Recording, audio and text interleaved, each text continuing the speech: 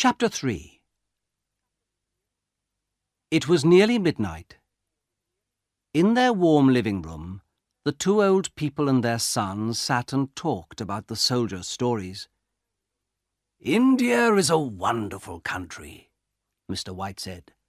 "What exciting stories. It was a good evening." Mrs. White stood up to take some things into the kitchen, but she stopped and listened to Herbert and his father. "Yes," Herbert said, "Morris told some interesting stories, but of course some of them weren't true." "Oh, Herbert," Mrs. White said. "Well, Mother, that story about the monkey's paw wasn't true. A dirty little monkey's paw isn't magic, but it was a good story." And Herbert smiled. "Well, I think you're right, Herbert," his mother said. "I don't know," Mr. White said quietly. "Perhaps the story was true. Strange things can happen sometimes." Mrs. White looked at her husband.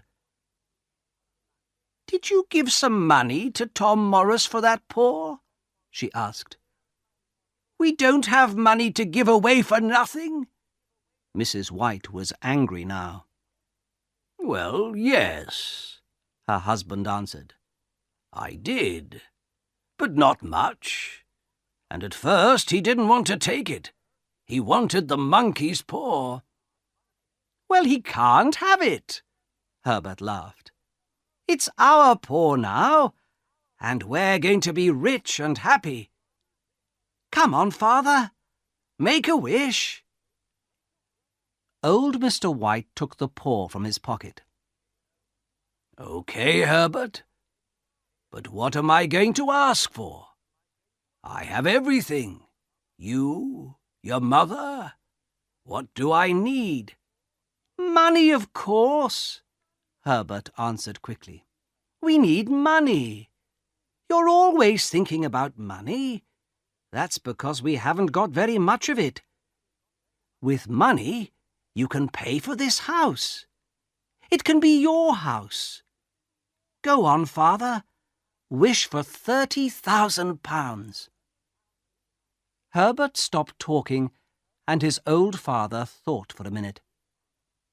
The room was quiet, and they could hear the rain on the windows. Then Mr. White took the monkey's paw in his right hand. He was afraid, but he looked at his wife and she smiled at him. "Go on," she said. Slowly and carefully, Mr. White said, "I wish for £30,000. Suddenly, he gave a cry, and Mrs. White and Herbert ran to him. "What's the matter, Father?" Herbert asked.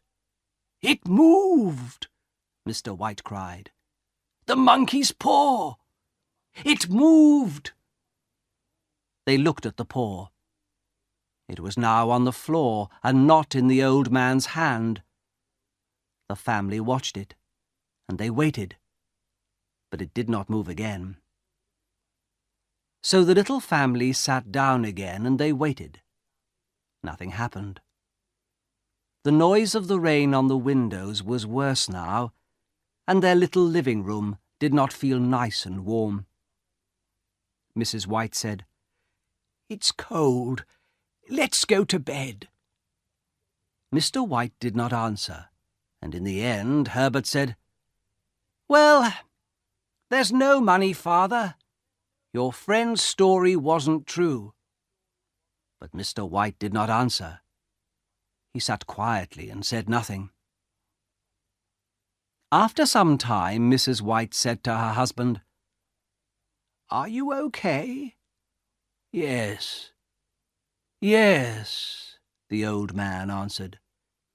"But for a minute or two I was afraid."